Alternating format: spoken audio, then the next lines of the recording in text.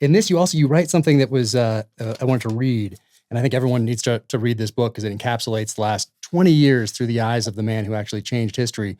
You write, Bin Laden also offered no positive vision of the future other than the appeal of a caliphate that would somehow establish itself after the American defeat in the Middle East. There was no Bin Laden hospitals or soup kitchens. Meanwhile, Bin Laden's enemies list was extensive and included every Middle Eastern regime, Muslims who didn't share his views, the West in general, Jews and Christians. Making a world of enemies is never a winning strategy. As Sun Tzu once observed, tactics without strategy is the noise before defeat. I mean, that's just, Yeah. I think that encapsulates what he accomplished by essentially going to war with anyone who didn't agree with him in a spectacular way. It's the mistake Napoleon made, right? I mean, like Napoleon, he could have, if he didn't, he made a world of enemies. And it's really the mistake ISIS made also, because ISIS antagonized every ethnic group in Iraq, and then, the United States, and then all of its allies. And you're not going to win if you make a world of enemies. And so I think, Bin Laden made that mistake. Napoleon made that mistake. ISIS made that mistake. And, eventually they're all going to ally your enemies. Yeah. And defeat you.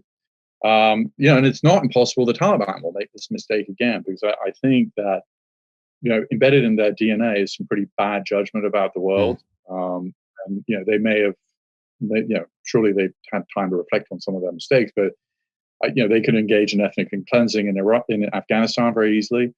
They could kill a dual national who's American. They could allow a jihadi group to train some Westerners on that territory, either through incompetence or through actual just allowing them. There's a lot. I mean, we should have this conversation, 3 or 4 years from now, because right now the Taliban are very, very good. They're militarily better shape than they were before 9/11 because they captured all our equipment. They have completely defeated what remained of the resistance.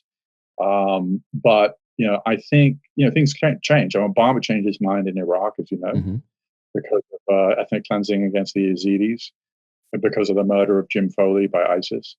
And then a bunch of other countries allied with the United States. Remember, they burned the Jordanian pilot alive. Oh, yeah. So Middle Eastern countries joined the alliance, and suddenly ISIS, was 3 or 4 years later, and a lot of this happened under Obama, and it was finished under Trump, and ISIS lost its geographical caliphate. So ISIS and the Taliban, of course, there's a lot of differences, but there are some similarities, and I think that the Taliban, it's not impossible that they themselves could fracture because of disagreements internally. That could lead to a nasty civil war, which would not be a good thing. That actually might be even worse than the present situation, because that would be an even more conducive environment for jihadi groups. But we'll see what happens. I'm not convinced the Taliban are going to be there forever. Well, I think before Kabul even fell a couple of months back, you made a prediction that, hey, I think what the Taliban wants, and I'm guessing that you saw provinces, cities, towns falling across Afghanistan, because before Kabul falls and before we see all those images on TV of the evacuation, you said, I think what the Taliban wants is to parade through the streets with American weapons, vehicles. You said something to that effect in advance of everybody else saying, hey, look, the Taliban has American vehicles, American weapons, and they're parading through the streets of Kabul. So you came to that. Yeah, and I thought it would happen, maybe on the 9/11 anniversary, and it happened quicker. As soon as Kunduz fell, I was on CNN. You don't want to make predictions on live TV that turn out to be total nonsense. But,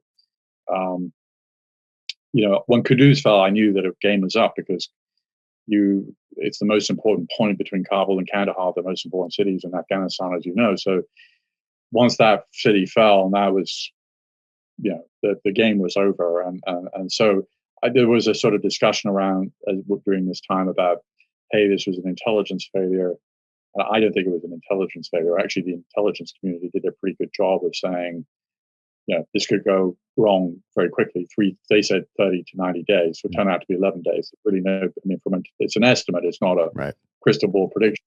But really, it was a policy failure, and I blame the Biden administration a lot for that policy failure, and I blame the Trump administration a lot for that policy failure. After all, it was H.R. McMaster who described the peace agreement with the Taliban as a, quote, surrender agreement. And that, of course, he was out of office at the time. But so there's a lot of blame to go around, and historians will be studying what went wrong for a long time. Yeah, I wish it would be more than historians and journalists. I wish it would be policymakers, senior level military leaders, people who are advising the president, politicians, these people who would crack a book every now and again, because we didn't have to go all the way back to Alexander the Great. We didn't have to go back to Genghis Khan.